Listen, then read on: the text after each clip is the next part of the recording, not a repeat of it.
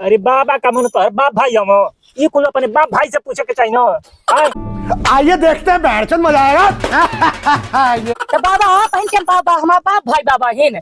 अरे उ जइहे सब देखिए सब लड़का कैसन बा, कैसन गुड़ बा, कैसन हाथ गोड़ बा, नकिया टेढ़ बा, अखिया का कान बा।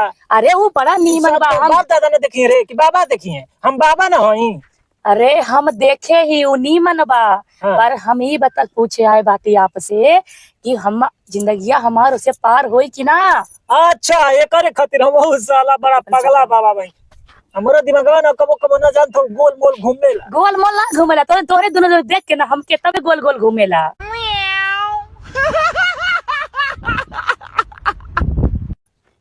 अरे बाबी बाप का बात करता, का बात ना करे। कैसा वैसा बाबा ना।